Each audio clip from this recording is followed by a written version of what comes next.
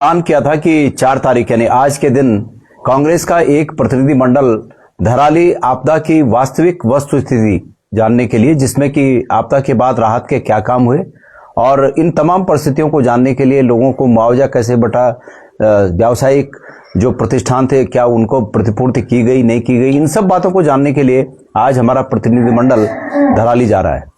अभी हम लोग उत्तरकाशी में हैं और बस यहाँ से निकलने वाले हैं। अभी मुझे पता चला कि परसों कर्नल साहब ने जो कहा वो आप सबको पता है क्या क्या कहा, लेकिन मुझे अभी पता चला कि कल रात को कर्नल साहब ने एक स्टेटमेंट जारी किया, कर्नल अजय कोठियाल जी ने एक स्टेटमेंट जारी किया और उस स्टेटमेंट में उन्होंने कांग्रेस को प्रश्न पूछे हैं। चूंकि कांग्रेस को प्रश्न पूछे हैं तो मैं ये समझता हूं कि हम लोगों को तत्काल जवाब भी देना चाहिए। उन्होंने प्रश्न पूछा कि जब वहां आपदा आई तब उस आपदा में कांग्रेस कहां थी। तो कर्नल साहब, आपकी तमाम पार्टी के लोगों को, सरकार को मैं बताना चाहता हूं कि जब आपदा आई उस समय वहां जाने की परिस्थितियां नहीं थी, लेकिन उस परिस्थिति के बावजूद भी कांग्रेस वहीं थी और हमारे अध्यक्ष जो उस समय करण मेहरा जी पैदल चलकर वहां गए, वो उस दिन भी वहां थे और आज भी यहां हैं।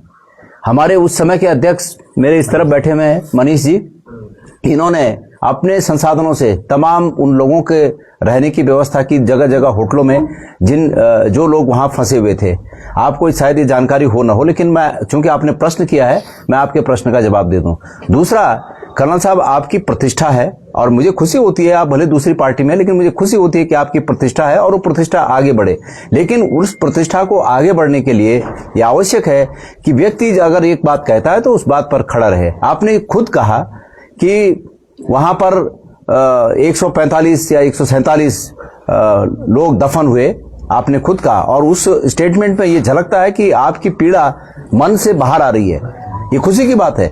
हम इसमें कोई राजनीति नहीं करना चाहते, लेकिन चूंकि हमारे अध्यक्ष जी ने, कांग्रेस पार्टी ने पहले उस स्थिति को बयां किया था, उसका कोई संज्ञान सरकार ने नहीं लिया, इसलिए आपके कहने के बाद ये सरकार संज्ञान ले, हमें उम्मीद जगी और हम इसलिए धराली जा रहे हैं कि हमें शिकायतें मिली हैं कि वहां व्यावसायिक प्रतिष्ठान जितने भी थे, किसी को 1 रुपए का मुआवजा नहीं मिला।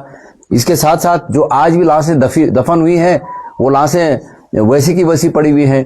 इसके अलावा हमें शिकायतें मिली हैं कि लोग अपने घरों पर खुद अपने खर्चों से मशीनें भेजकर खुदाई कर रही है, किसी के गहने मिल रहे हैं, किसी के कुछ अवशेष मिल रहे हैं, किसी के मंदिरों के कुछ चिन्ह मिल रहे हैं, तो लोग उसको खोजना चाह रहे हैं, सरकार उनको मदद नहीं कर रही है। हम इसलिए वहां जा रहे हैं। राजनीति, आपने कहा कि सकारात्मक होनी चाहिए, मैं मानता हूं राजनीति सकारात्मक होनी चाहिए और हम सकारात्मक राजनीति ही करने वहां जा रहे हैं।